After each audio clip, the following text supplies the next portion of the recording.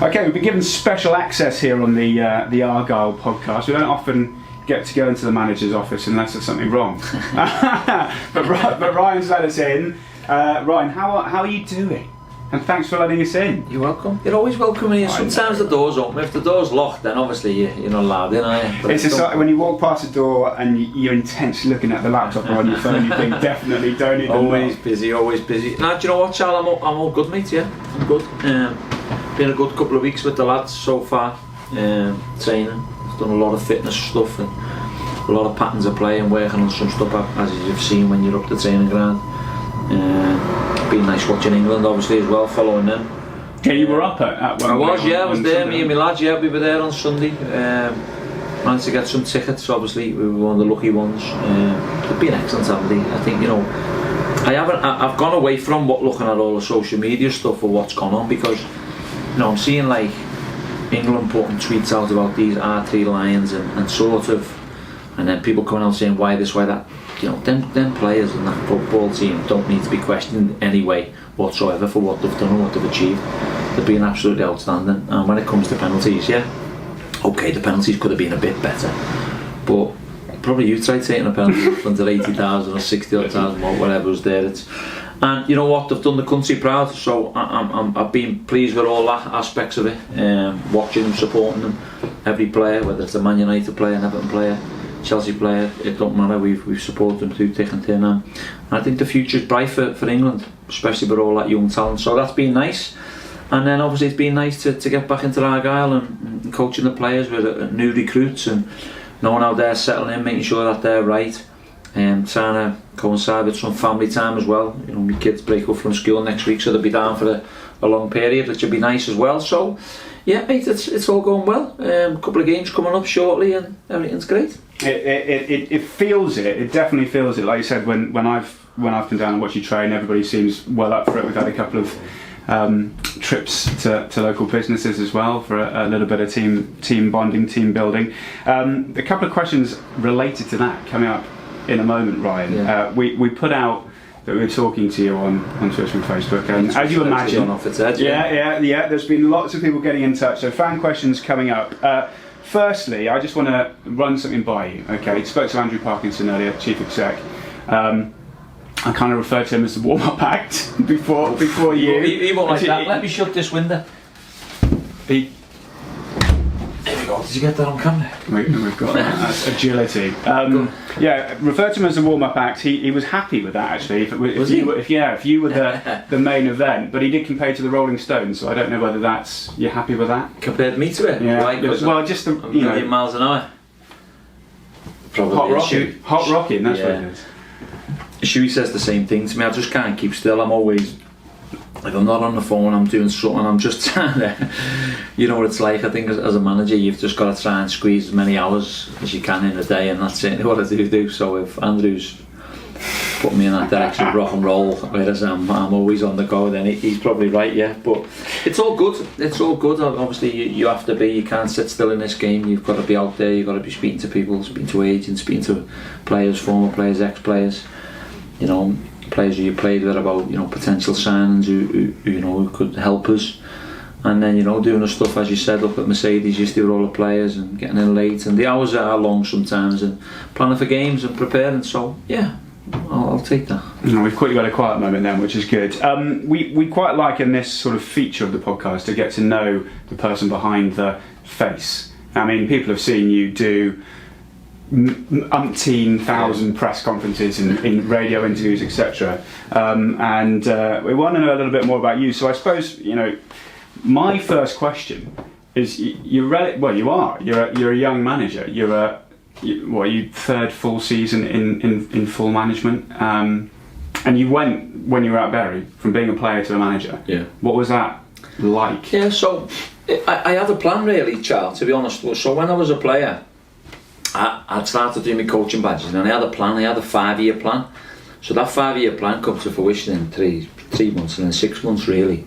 But I remember being at Bury and my contract was running down, and I moved to Crewe for a year, and then the manager got sacked at Crewe, and then I had the opportunity to come back to Bury as a player coach. So I bit their hands off straight away. I went, yeah, I'll come. and then I come back when Chris Brass was the manager, caretaker, and I helped out with the first team affairs. And then that year we were down the bottom really. I played a couple of games and I was coaching a little bit, and it was good for me because I was coaching good players, you know, James Vaughan's and Jermaine Beckford's and people like that. These are good people, and I was thinking this is great for me. It was a great learning curve. And then Lee Clark come in. He kept me on as a player coach as well, and then we stayed up that year. I scored a few goals. He put me in the team, to be fair. And then the following year he said, right, what's your role want to be? Now I could have still probably went and played. I think at the time there was like, you know, Tranmere who were interested, they were in a conference, but I'd sort of done my bit. I was 39 and I sort of wanted to now come into the coaching side. So I said to Lee Clark and the chairman at the time, look, if I can coach in some capacity and have a bit more authority, so I ended up being a development coach then at Bury, which was fine, but I still registered as a player. I trained a couple of days and coached a few days, so it was perfect for me. And then obviously, you know, Lee lost his job after, you know, he'd made a lot of signings and we didn't have a great start, and he ended up losing his job. And then the chairman at the time, he just said, right, I'm going to give you the reins. Now I knew what he was doing. You know, I was good with the lads. I had all the backing of the lads. I backed the staff when I was there and made sure that, you know, I weren't one that was running back telling them everything what was going on, but I was sort of, okay, if you've got an issue, just pull the gaffer when you can. And you know, it was tough at the time because I was trying to work in both camps, but I was just honest as the days long with all the players and with the staff. And then obviously Lee lost the job, and then when I come in, the chairman said, just want to see a reaction, get the lads on side, because some of them were a bit flat and some were out the squad, some were in the bomb squad as they call it, and so on and so forth. And you know, I was there just to cheer them up. We ended up drawing 2, winning 2 and losing 2. I think the 2 we lost was against Wigan and Blackburn. Now I weren't, you know, at the time I was a bit, didn't know whether I was really ready for it, because you know it's a high pressure job. And as I said, my plan was 5 years to be, I was going from a development coach to a first team coach to an assistant manager and then a manager. That was my plan, and it come to fruition in 3 months. And then after that, go on, sorry. Oh, so how do you cope with that then? Because obviously you've had this plan and you thought, well, it's kind of happening, because you've had that plan. So when you're thrust in. Well, that's what I was going to get on to, because at the time I didn't think I was ready, and I probably weren't ready, to be all honest with you, because I was thinking this is long hours, long, you know, and I hadn't the mindset ready for that just yet, because I had the plan. And then all of a sudden, the chairman phoned me and said, right, I'm going to employ Chris Laketti. Great, no problem. He said, but you're going to be as a first team coach. He's looking to bring an assistant manager in. So he says, yeah, no problem, fine. I said, yeah, no problem, that's fine, happy with me as long as I'm here and, you know, I can help in any way. And it was over the Christmas time. I remember going to Shuey's, my assistant Shuey's, over the Christmas after one of the games, and he said to me, why didn't you take the job? And I said, well, I didn't think I was ready for the job, because I was thinking in my head, do I need to learn a bit more? And that's what, because I didn't want to go in and fail, really, to be honest with you, Charles. And then again, Chris Laketti come in, and I think he had 10 games. He brought Joe Parent in with him, and look, he was a nice enough fella, Chris. He was fine, he was good with me, I was good with him. You know, he played me sometimes, and he actually put me on at Plymouth Argyle, didn't he, man? I got sent off that time. Remy Matthews dived into the floor, I've got to get that in. But he was a great fella, lovely lad. He went about his business different. You know, he wanted a high press and 4-4-2, and you know, we didn't really have the calibre of players for that. And then his time come again, and you know, the chairman comes to me and said, right, I'm going to give you the job again, don't care what happens. So then I got thrusted back in the deep end again, and I said, look, I need to bring someone in to help me. And he said, right, yeah, you can bring one in. And I brought Shuey in. And we always knew that at that time, I felt, okay, I've seen 2 managers now, how they've done it, so I'm going to put my stamp on it. And at the time, the chairman backed us and said, okay, get rid of who you need to get rid of for the following season. We've done that. We recruited very well. And again, it went from Lowe, the mate, to Ryan Gaffer, the manager. It was a bit different, but the respect I had from all them players when I officially took over as caretaker, official, you know, I said, look, that, you know, the time of Lowe's gone, O'Brien, it's Gaffer, and you know, the respect both ways. And to be fair, the group were good with it. We let a lot of go. You know, to this day I still don't speak to one of the players who was a good mate of mine who I released him. I just didn't feel he could help me get where I wanted to get to. And then we put our own stamp on it. Me, Shuey, we brought Rob Kelly in, who was a fantastic coach as well, and we managed to get promotion, yeah. So it was, at the time, it was a journey that was like, everything was But even now, Charles, I still learn on a day-to-day basis. I'm never ever going to say I'm the finished article, because if you think you are, you're going to be shot down very quickly. And I think managers know that, and I'm never going to say, oh, I'm the finished article. It's about me and my team.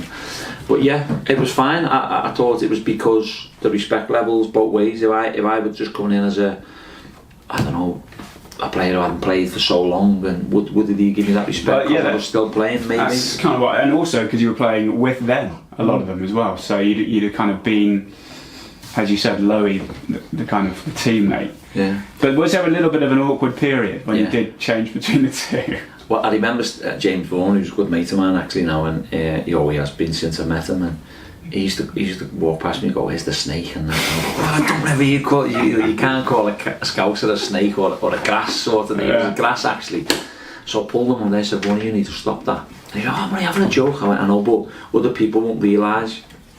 But one of my biggest things was that I remember doing the boxes, and I thought, right, how do I get authority of the players when I was a young coach?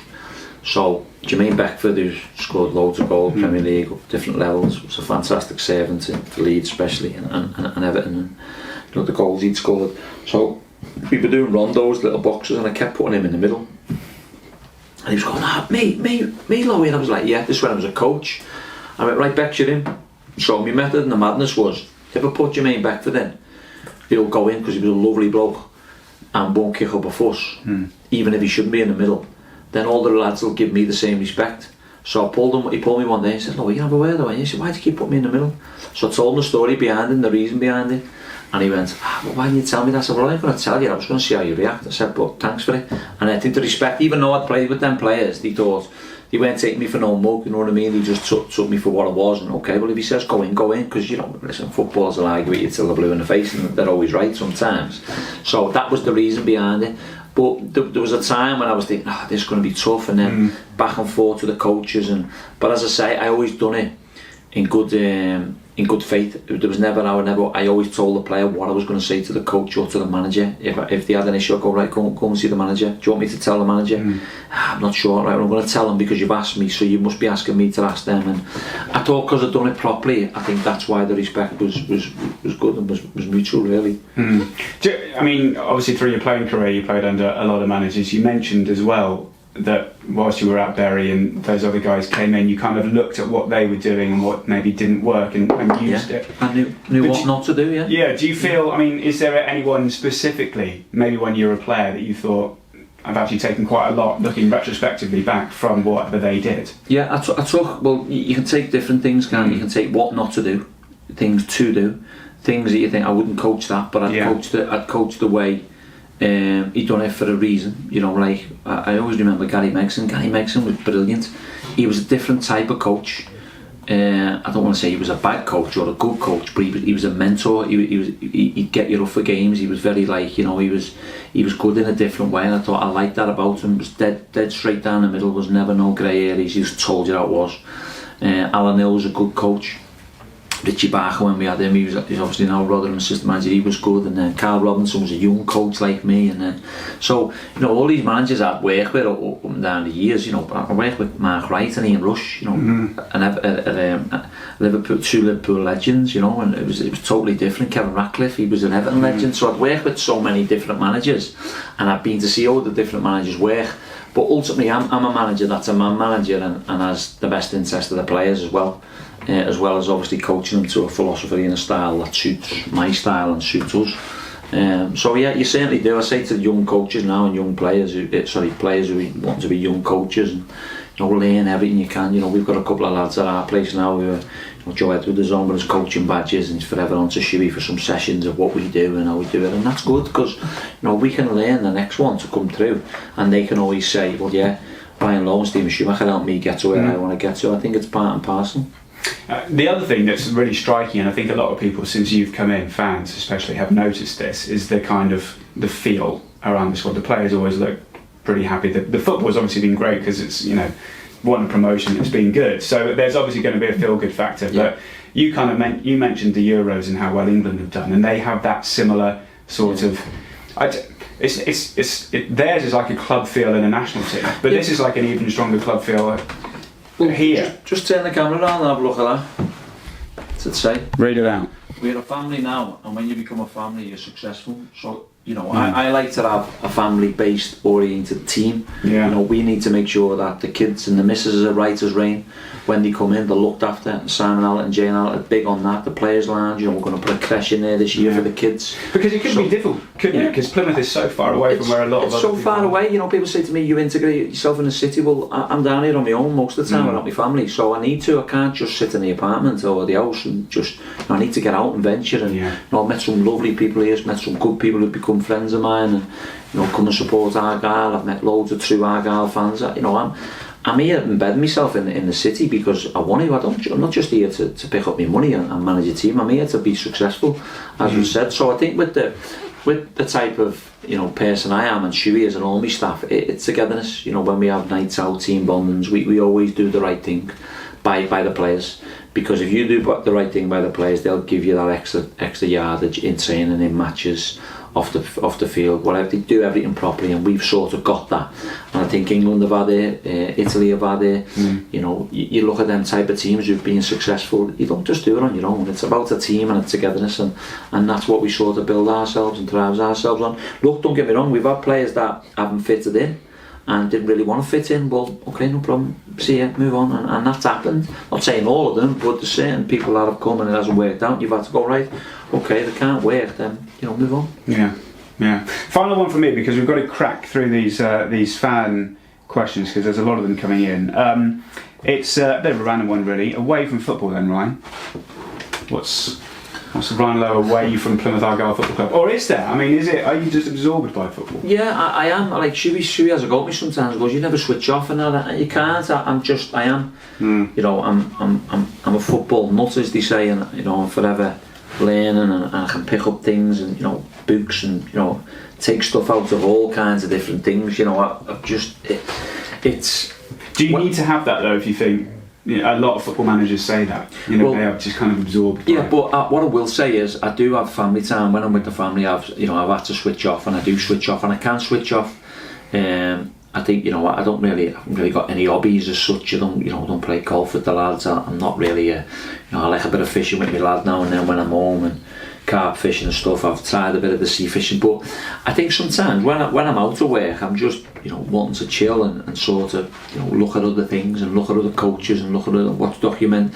It's just a learning curve for you, child, I think, for me. But when I'm with the family, I'm more of a family man when I'm home. Obviously, when I'm down here, I miss them loads because, you know, I'm on my own. But in terms of when I'm back and forth, it's always nice. But in other than that, it's just, you know, it is football, like it is football, but I can switch off. I tend to be able to switch off. Sea fishing's quite good down here. I know, I've been a few times, yeah, I've been out on the boats, but I don't think it's the time of getting out for an hour on the boat and then coming back, and then you know, so I'd rather, I need to plot up somewhere and find somewhere I can get the sea fishing going, maybe. But in terms of, yeah, look, I'm happy to do, you know, anything, whatever. That's why, you know. No, we might. There you go. There's a team bonding. Fishing, yeah, but some of them will all get snagged. George Kibble does fishing. I said I'll go with him because he does the sea fishing and the carp fishing, so he's quite good at it. Well, most of mine has a boat, so we'll see. Oof, get us out on it then. Get us out. Anyone out there with a boat then, come on. Yeah, exactly. Let's go sea fishing. Right, okay. The reason we're here then, fan questions. We put it out. This has been a huge response. You happy to answer anything? Anything goes with me. If I brush it off, I brush it off. But right, okay. I have taken a lot of the who is our next signing going to be out. So we'll start with Zach, who says, what's the best prank that you've ever seen in a football dressing room? I can't tell you. I can't tell. I literally can't tell you. I've done some pranks and I've seen some pranks, but I just literally couldn't say it. Okay, we'll amend that slightly then. Who do you rank? Who is the best, or who's played the best prank that you've seen in a dressing room? I've played one of the best pranks you've ever seen. Yeah, I have. Yeah. It's for the X-rated version, isn't it? So I basically, one of the lads with me and Shuey actually were involved in it when we were at Bury. We actually pretended to one of the lads to be a girl on the phone, and we actually set him up. We actually set him up to actually come and meet us. So that's one of the biggest pranks I've ever played on someone. They went. Did they go? Well, we had to stop it because it was getting a bit too, you know, it was getting a bit too much. We had to sort of come clean on it. But how we done it was we got the assistant manager at the time to say that this certain person had been bombarded with letters, and we had a picture of the lad who'd been bombarding the messages, so it needs to stop now. And then what he done was he said, right, can you ring the phone? And it was my phone that rang. So yeah, that's quite a good one actually. It was excellent. Listen, you know, you hear the players, don't you? You know, especially lads who get international calls, go, I didn't believe it was Garrett on the phone, or I didn't believe it was Ryan Giggs or whoever, because someone's always trying to play a prank. But I've been around some pranks in football, mate, definitely. That's for another time. Scott on Twitter says, if you could sign one player from the past, and I guess he means kind of maybe retired players, to play for you, who would you sign? What any type of someone who I've played with, or just anyone? Well, it doesn't specify, so it literally could be any player from the past. Mate, let's do someone that you've played with then. Okay.